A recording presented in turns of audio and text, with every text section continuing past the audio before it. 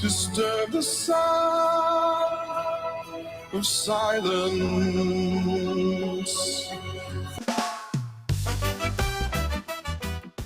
Hey, welcome back to all my analogs out there.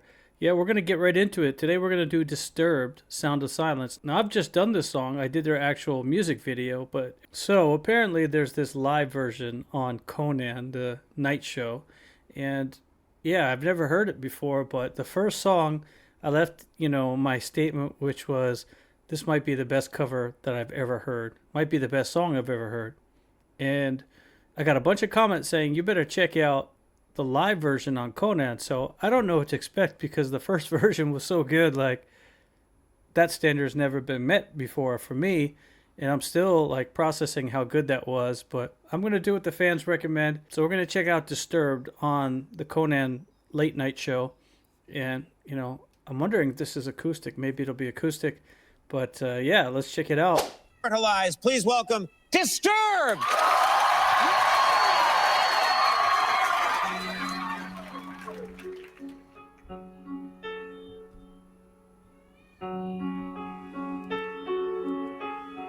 Hello, darkness, my old friend.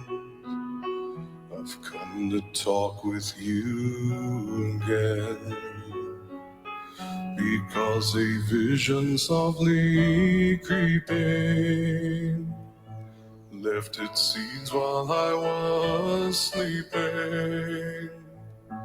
And the vision that was planted in my brain still remains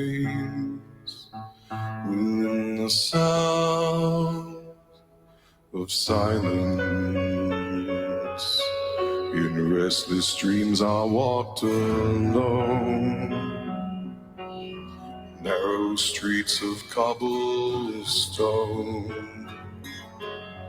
neath the halo of a street lamp. I turned my collar to the cold and damp, when my eyes were stared by the flash of a neon light that split the night and touched the sound of silence. And in the naked light I saw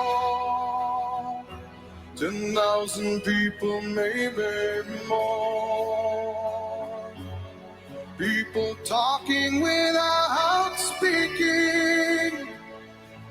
People hearing without listening. People writing songs and voices never shared.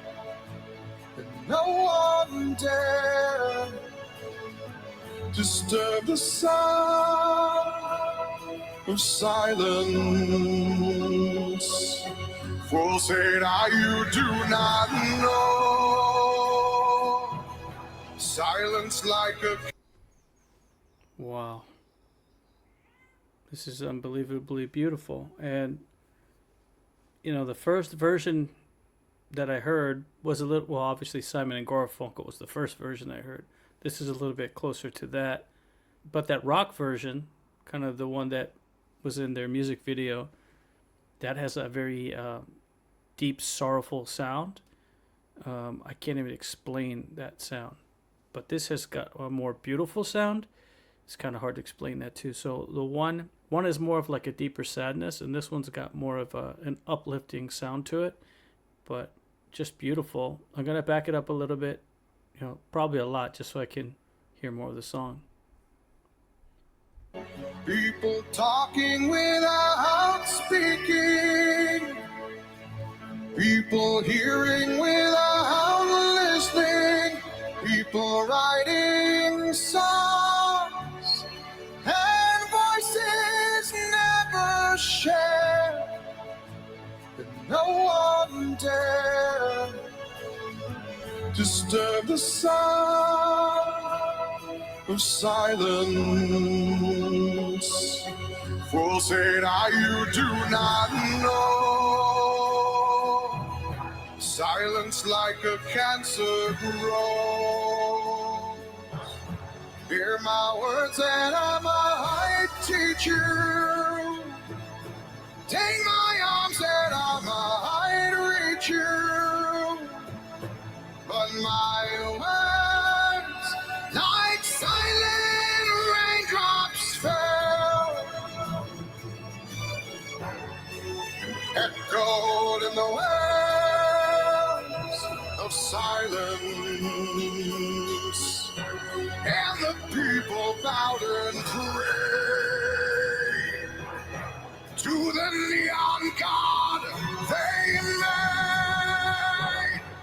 And the sign lashed out its warning, and the words that it was forming. And the sign said the words of the prophets are written on the subway walls and tenement halls, whispered in the sound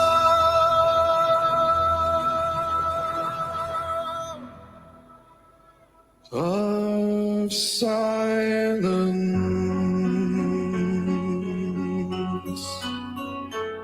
All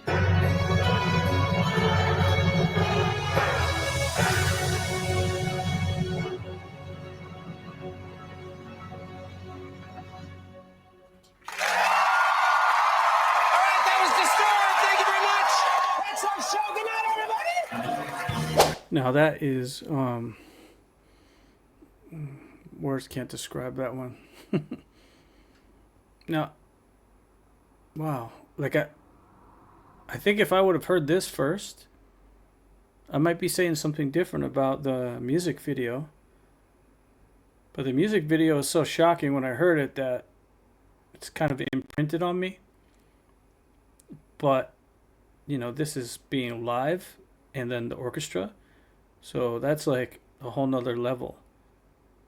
I guess there were some people saying there was things going on with, you know, his tuning and stuff like that. I don't know all the details. In fact, I haven't even looked into it. I know there's some dispute about if his voice sounds like that.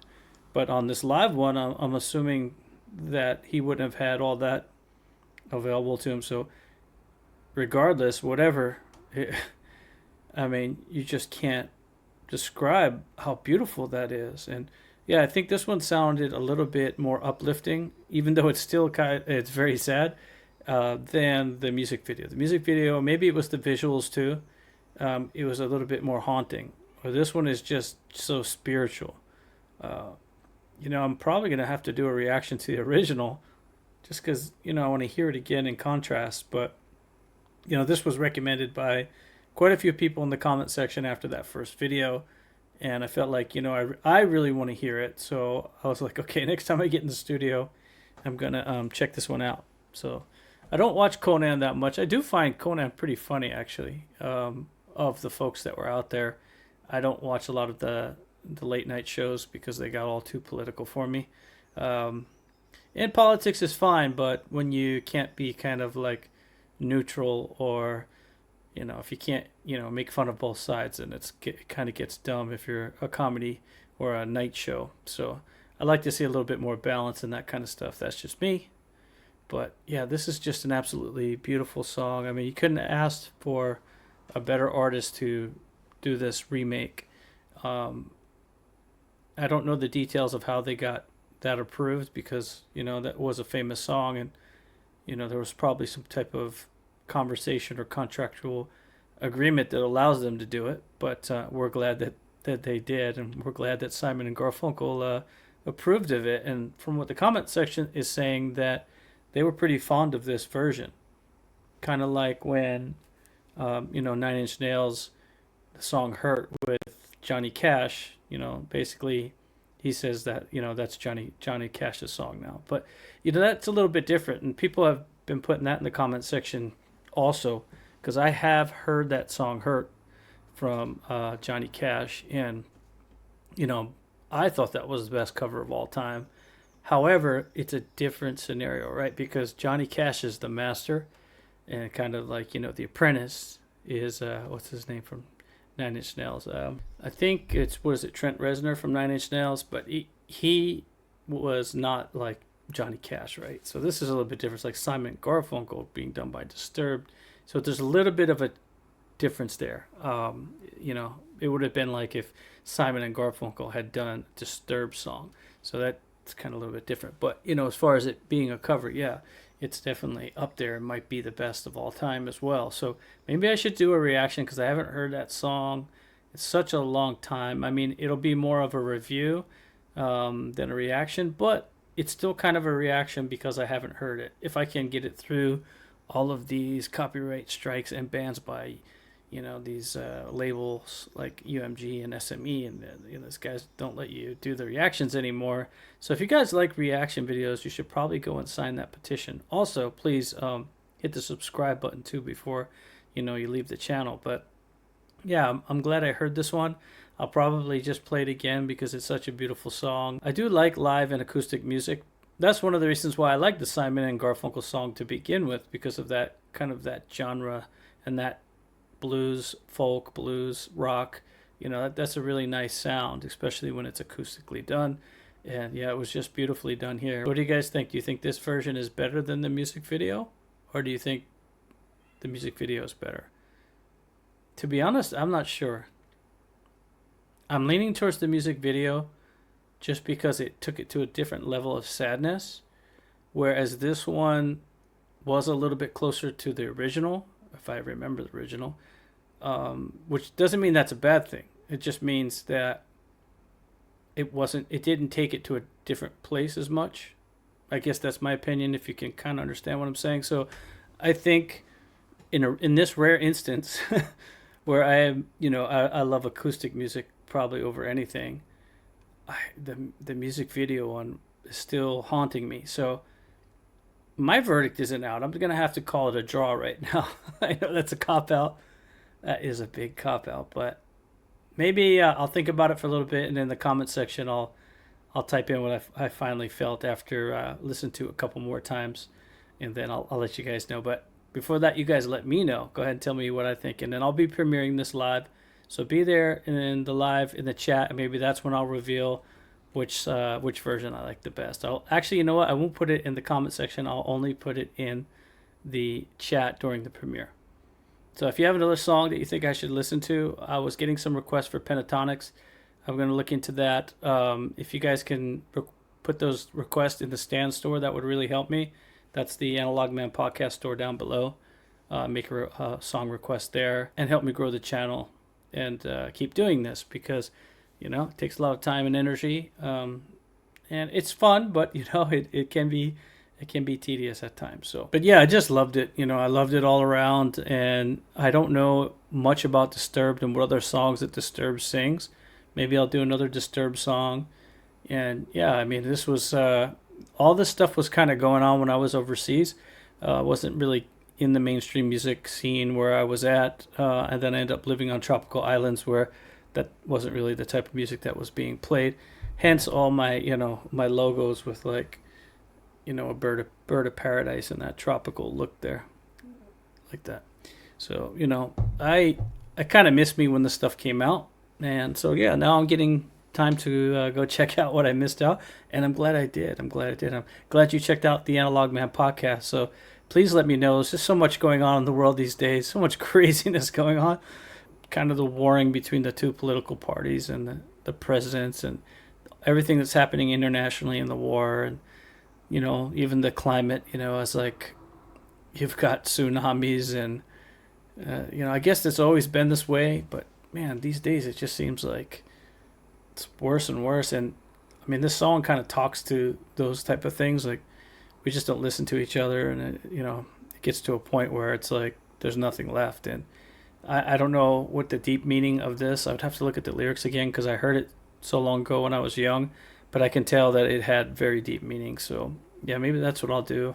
I'll do that, and I'll let you guys know when we premiere all those thoughts. So I appreciate everybody coming back to the podcast. As always, hit the subscribe, hit the like, and I'll see you guys on the next one.